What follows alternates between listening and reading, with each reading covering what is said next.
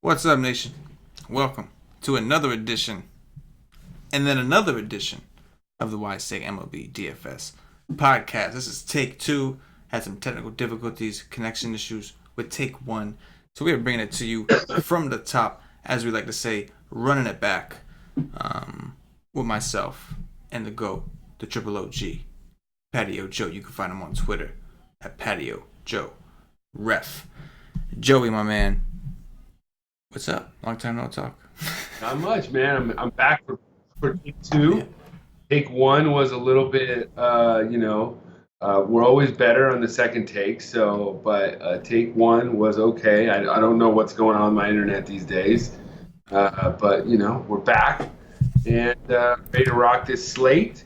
I've been chilling, hanging out, just waiting for the golf show to end, and just kind of watching the end of these games. Look like the Angels are going to sweep the Dodgers, and that's not great.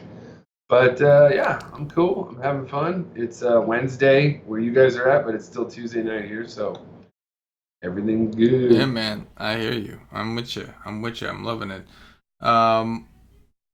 Yeah, I think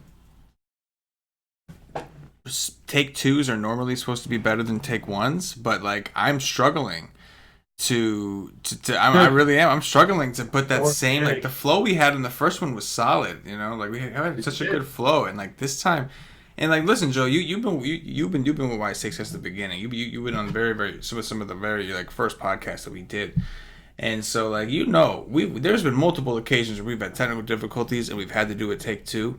And normally, take 2 is always better than take 1. It's not that we do often. We usually just run right through. It's just what we do. But because we're professionals about it. But every once in a while, there will be a technical difficulty. We got to start over. And usually, take 2 trumps take 1. But yeah, I know. But you know what I'm gonna do? I think what I need to do is, I think it's time to bring it back up a little bit, bring the energy back up, and maybe, bring back an oldie but goodie. It's late at night here on the Wise Take podcast. CK is your host, but I'm taking over the show now. And if you members back in the OG days 2 years ago, remembers we used to have a certain pitcher on the slate that would bring out the smooth sounds of Chad Cool.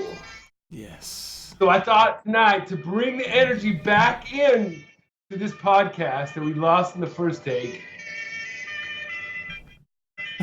we had to play a little bit. Oh, man. Of Songbird. Yes.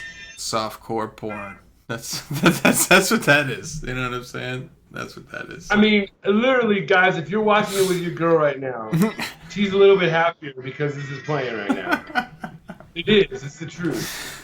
It is the truth. I'm telling you, it is the truth. It is the truth. Yes. And we're back now. We're back. We are the back. Energy is back. We're back. I have bbin breaking down this slate for a long time. So I'm ready to go. I'm with you. You're right. You did bring it up. You did. I was down low, I confessed, and now I'm up. Let's jump right in, Joe. 8-game slate. I'm gonna write an article for the early slate for those of you subscribed to wisesec.com. So this podcast will be for the main slate tomorrow, which is the night slate. 8 games. Let's go ahead and dive right in. SP1 cash games. What are you thinking? SP1s in cash games right now is Verlander on DraftKings and Berrios on FanDuel. I think that you could have Verlander on FanDuel, but I just think the $1,500 price is a little different.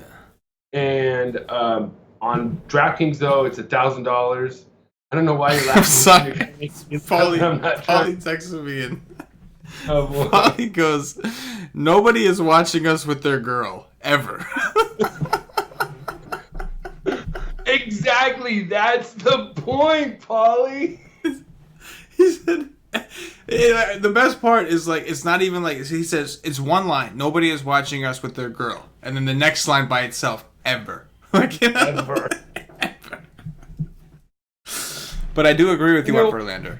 You know what? I think if we could get, maybe we could do a contest. Maybe somebody could show a picture of them and their girl watching this podcast. They give them like a day pass or something. We'll give you a week pass. How about that? We'll give you a week pass. Oh, well, there you go. If that's the case. Get your girl.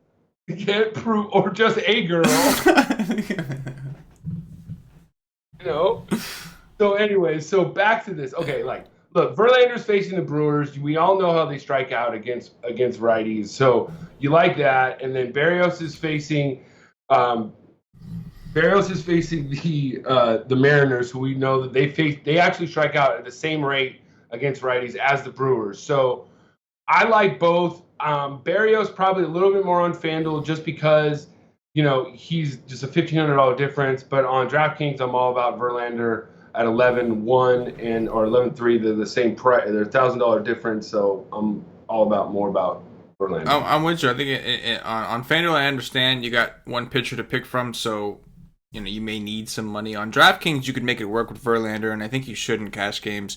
I do like Berrios a lot, and we'll talk about him in tournaments, but I agree with you on DraftKings at least. At both sites, if you can. On FanDuel, I understand it could be a little difficult, whereas on DraftKings, your average spend on pitching could be changed depending on who you pair with. Let's talk about SP2s, Joe. Who are some of the cash game SP2s for DraftKings? Cash game to SP2s for DraftKings is probably Miles Mikolas. I think he's going to be real popular. He's facing the Marlins in a good park. Marlins strike out about 8, I think, most against righties. And then the other guy you could probably pivot to if you wanted to would be Danny Duffy facing the Tigers. They strike out a lot against lefties. However, I would just prefer, I was thinking about it more, I think I'd prefer Mikolas just because it's not a division game. Duffy faces these Tigers a lot, so a lot of these hitters have some decent BVP. I was looking at it. I'm kind of a little bit more on Mikolas tomorrow strictly because of that, and I think people will go there too. So it's kind of like just Verlander, Mikolas, go to war and cash. That's what you do. Lock it in. I like it, man. I think you could make an argument for Duffy. I definitely do. But I do feel a little safer with Mikolas against the Marlins in that large park. Very similar type of pitcher to Dakota Hudson. A guy that against righties is pretty decent at getting the ball on the ground and struggles against lefties, something Miami just doesn't have a ton of. So I like that call. Let's talk about pitching from a tournament perspective, Joe. Who were some of the guys that stand out to you in GPPs?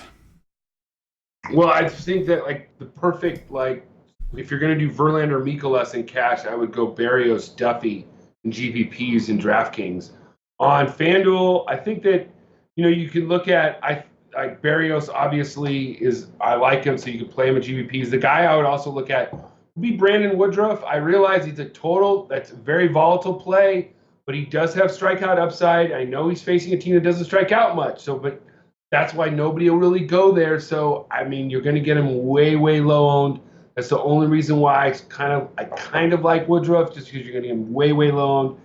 Everybody else, I'm not really into. It would be either Duffy or Mikolas, and then everything else below, I'm going to attack. I mean, we got guys on here like Doug Fister. I barely even know her. You know what I'm saying? Like that. You know what I'm saying? So, wait. Doug Fister is not on the slate, is he? That bitch is like. Oh, okay. I was gonna say, man. I was gonna say. You got the chat. Look. The chat wants the oldies but goodies. I already dropped Songbird with Chad Cool. Scotty Schmidt said I thought I was gonna do the Doug Fister. I barely even know. So I did Doug Fister. We got one more I'm gonna drop coming up. So it's like boom. Okay, CK. All right. I'm keeping us at that level. I'm keeping us right there. All right. I'll be waiting for it. I'm gonna wait. I'm gonna wait for the next one. They are the oldies but goodies. Yeah, I like Berrios a lot in tournaments. I think that we like to take him at home in tournaments. That $1,000 savings could be pretty valuable. And Seattle, as good as they've been with home runs, they do strike out a ton. That they've become like the Rays of a couple of years ago. It's all or nothing, home run or strikeout. So I do like Barrios a lot in tournaments at home, and I think that as far as SP2 goes, we're going to have to do some digging. There's a couple young guys. This Mitch Keller guy did not look very good in his first start. Cincinnati lit him up. The Braves are hot. We've got this Jordan Yamamoto dude going for Miami who looked very good in the minors, however, hasn't pitched above Double-A. So when you're looking around that area, and of course there's Woodruff, who's a high-risk matchup against a team that doesn't really strike out a ton, it kind of leads you right back to Mikolas and Duffy again as potential pairings. So right now, I think that's what I'm looking. I gotta ask you about the team with the highest projected run total on this slate, Joe, is the Toronto Blue Jays. I would anticipate their ownership to be relatively high, considering the pricing of these guys. The David Hess factor, people love to attack David Hess, and for good reason. You have some pretty awesome numbers to share about Hess, but Hess's first start of the season on April Fool's Day itself, David Hess did his first start of the season have a monster game against the Toronto Blue Jays, and leveraging against the chalk, the Blue Jays may end up being the chalk tomorrow. You know, we don't have like cores or anything like that, right? So like they may end up being the chalk because of their 5.6 projected runs total and the David Hess factor. What are your thoughts on David Hess? And if you're not, and after that, go ahead and transition into offense and talk to me about the Blue Jays. Boy, I'll tell you what, like every start this year that David Hess has had after that start, I've been like, what the hell? I literally have said what the hell, because it was probably the biggest troll job so far of the year, in my opinion. Like, we were locked in, that ready to roll against Hess, and he just trolled us. Okay, against righties, he has a 4.17 home run per 9. I mean, that's just like comical. Okay, against righties, and he's a right-handed pitcher. So it's like, I don't know, like I ain't playing him at all. I'm on team stack the Blue Jays. I just can't see him throwing up another game like that again. I guess if you're doing a million lineups and you want to do it, go right ahead. I'm not doing it. I like these Blue Jays. They're the number one stack for a reason. They're gonna be the chalk stack. Obviously, you can, there's merit in fading him, just because you could fade anybody in baseball, and he has had a good start against them. But I'm willing to bet that he's gonna. This is gonna be the Blue Jays' day. It's in a better park this time, and also you got to think, even if he gets out of that game, their bullpen is bad too. So you're gonna have a lot of success that way also. So to me, that's what makes it even better to attack the bullpens as well. They're my number one stack. My number two stack on the day is the Twins against Tommy Malone. I know Malone has been like serviceable his last few starts, but these Twins have the number one WOBA against righties. They absolutely crush them. The lineup that they're going to roll against lefties, against lefties, they absolutely crushed them. And the lineups that they're going to roll out tomorrow, like I pretty much like everybody. If you want to fade Rosario, you can. He didn't really profile great, but in the stack, I would maybe have him, especially in a 5-man or something like that. But Blanco, Garver, Cruz, Rosario, Crone, Gonzalez, all of them, they all profile pretty well against Malone, and we all know that they have a terrible bullpen. So those are my first two stacks on the day. Driving sevens on him, Joe. Going back to the David Hess conversation, like I have to say, leveraging against like some of the more chalkier spots has been pretty successful often this year. Even today, I think Paxton was like the expected chalk, and the Mets actually were one of the stacks that went off tonight. So I think that looking at the Blue Jays, if the Blue Jays are going to be chalk, and maybe I'm going out on a limb here, I don't think I'm, sarcastically I say that, but I don't think the Blue Jays are a very good offense overall. They got some good players, sure, but like, how long are they going to keep sucking ass before we're like, all right, these guys just aren't that great? Like, they have some good pieces. Justin Smoke, Vlad Guerrero, sure. Vlad Guerrero and his 75% ground ball rate or whatever it is. Anyway, needless to say, if Hess is going to pitch well ever again, this would probably be the spot, right? Like, he did it the first time, and this would be the So I have some interest, as a little bit, in a tournament, like, on at least one team to take a shot on a guy like David Hess. Just take a shot and hope that I get some leverage there. Like, at 4,100, on Oh DraftKings. yeah. You know what I'm saying? Like I do have it, and I love when Hess is on the slate because I love to attack him. And it bothers me that the Blue Jays are the ones going against him. But it's also like the Blue Jays, nobody's been playing. They haven't been particularly great. They've had some decent games, but they haven't been a great offense. And now all of a sudden, they're probably going to be chalked just because it's David Hess. All of a sudden, like they're going to have a ton of ownership on them. It just doesn't sit right. You know what I'm saying? Here's the thing. Also on FanDuel, like they're not only going to be chalked just because they're going to be chalked because you could play Verlander and a full 4-man stack. Right. There you go. There you go. Okay, like you look at their prices on FanDuel. Yeah. Their highest priced player is Smoke at 3-3. Yeah. I mean, come on. I mean, literally, you could play. I mean, the guys that profiled the best was Grichuk. I mean, that guy is like one of the best plays on the slate. I think tomorrow, like he really profiles well against Hess. So I'm not saying like don't play the guy. I mean, Grichuk, Smoke, Guerrero, Sogard, Gurriel, Tellez. They all profiled good. So and they're all cheap. So that's what makes them even more popular on FanDuel. Everybody's gonna have them with Verlander. So it's like, or Barrios. It's like, boom, there it is. And you'll be able to fit in another stack also, especially with Barrios. So, yeah, they're going to be way high owned on FanDuel. Yes, and I do like the Twins a lot. They're still hot. They didn't, even today, like they got off to a slower start, still managed to put up 6 runs. They're just beasts, and I want to play them. I think Malone is improved from what we've seen over, his early career. But I don't think it matters. Like I don't think he's that improved to where a really good offense like the Twins, who are just loaded with right-handed power, are gonna give a fuck. You know what I'm saying? But there are a few offenses we're gonna want to dig into tomorrow. The Royals against Daniel Norris are kind of interesting. You got the Braves against Mitch Keller. The Braves have been heating up, and then that Philly-Arizona game looks really interesting. So. The more that I see the Blue Jays, if they really are going to be the chalk tomorrow and they are projected for the highest runs, I feel like I'm just going to look elsewhere. We have enough good offenses. You know what I'm saying? There's enough. But realistically, Joe, like if you say you were building 5 teams, how many of those teams would be Twins? Because for me, I feel like all 5. I would just like I'm looking at this spot and I'm just like juicy. Terrible Seattle bullpen behind them, juicy. Let's just go. And I know Joey's a fan of the Twins. Boys, yeah. I mean, they're my number 2 stack. Yeah. So I would probably have them on at least 2 or 3 of the teams tomorrow. It depends on how they're pricing, but like today, I had 2 different types of twin stacks. I had a wraparound, then I had like know how much Joey likes to wrap around. Yeah. So. But, another team, like you said, like the Phillies, I think I really like against Merrill Kelly. Like righties have been hitting him really well. I think you can also look at the Orioles against Edwin Jackson. He's like, my age, still pitching. So I'm with that too. I think they're not bad to look at. And then, like you said, the Braves against Mitch Keller, who gave up 7 earned runs against the Reds, or 6 or something like that. So those are the teams you're looking at, but it's going to be the Blue Jays and the Twins in the first or the start off right now. For sure, I'm with it.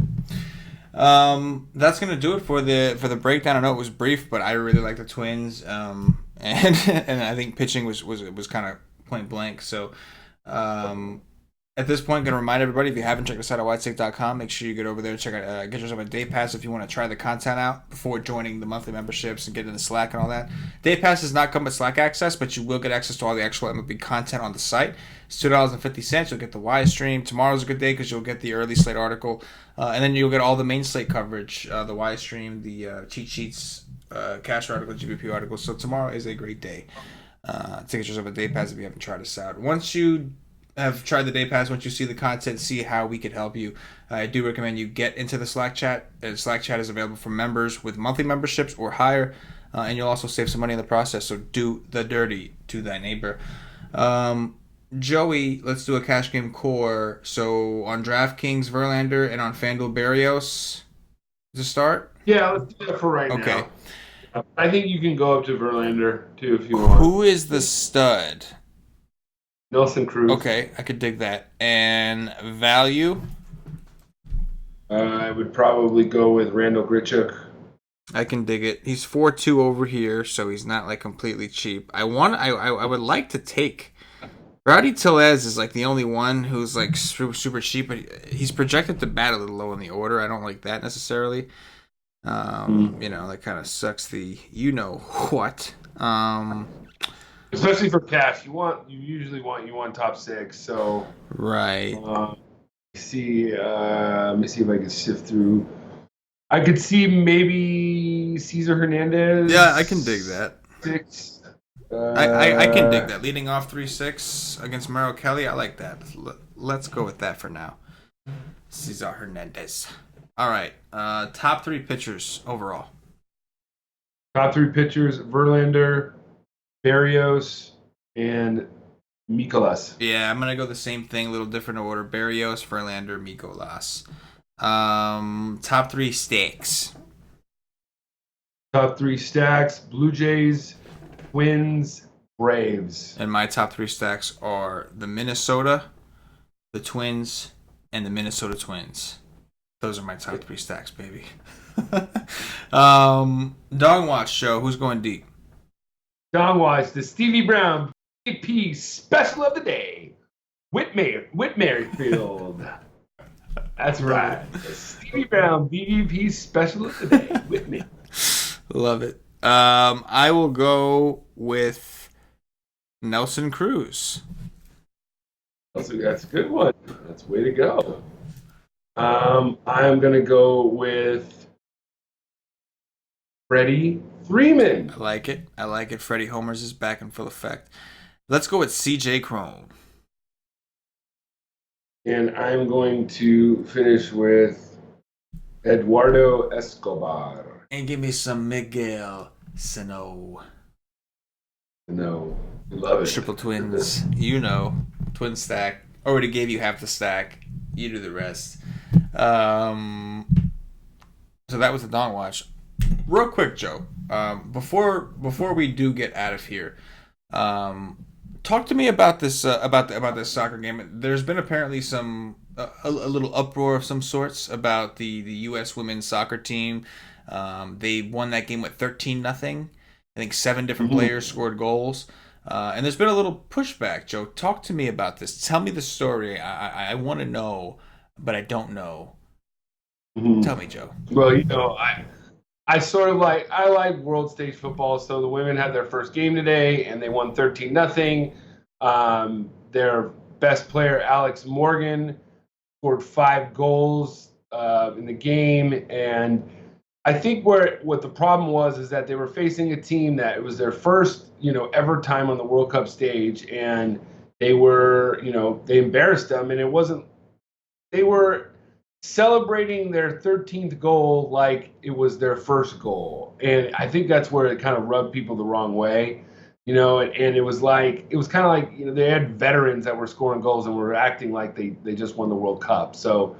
I think that, they showed a little bit of lack of class, and it's kind of like, okay, well, now you're not going to get the sympathy. If you get beat, nobody's going to give you any, they're not going to give you the benefit of the doubt, and they might want to see you lose. So, it's kind of like, okay, now they're kind of hated because they kind of ran up the score. They could have subbed out and maybe just kicked the ball around a little bit, but I guess so. It's just sports. Yeah, man. I think it's kind of like a situation. It's tough. Like if I'm a coach, I want to show sportsmanship. I don't want my guys to run up the score, but at the same time, you want your team to carry that momentum, and you want your team to if they're having an awesome game, you want them to play confident, and you want them to build that confidence and try things out when you have the opportunity. So it's kind of a tough spot. You know what I mean? It's I don't know. I get it, and nobody likes when the scores run up. Everybody gets mad. If you really feel like they're running up the score for just to celebrate and kind of just throw dirt in your face, absolutely, you're going to be upset. But if it's a situation where for the offense, sometimes you're just on a roll and you really want your team to play well and you want them to be motivated, and it's tough. But at the end of the day, it's not. They were supposed to win that game. They were expected to win that game. So. Act like you've done it before. I know that's an approach you will always talk about, how you would like your kids to handle things when they get older and all that is kind of like act like you've done this before and act like you belong here. So I understand it. Joe, I got to ask you. Paulie wants me to ask you this, and I am very curious. I got to know too. Who are you rooting for in the NBA championship? Toronto. Toronto. I want Toronto. Yeah, I want Toronto to win. Yeah, why's that? Because I just want somebody different than the Golden State. Like the NBA is so predictable. It's just so predictable, and it wouldn't shock me if Golden State comes back and wins the next 2 games and wins the whole series, because that's the way basketball is. So I'm just not that into it. Right. It's just not like they could have had this over by Memorial Day. But they drag it out, literally the NBA Finals, I think, started when I was still 41. Okay, think about that, like how long this has been going on. I'm a different age now. You know what I'm saying? Like that's how long these NBA Finals go, and that's my biggest problem with the NBA playoffs. It's like every other day you should be playing. Boom, boom, boom, boom, boom. Get it done. Yeah. People would actually enjoy it more. It's like, oh yeah, it's like literally game 1 is like on Monday, then game 2 is literally Saturday night. You're like, whoa, there's still basketball going on. Like when Paulie releases a thing, I'm like, there's still a game going on. When is this over? Right. Oh, it's damn, like get it over with. Like, ugh. No, I get it. I do. I get it.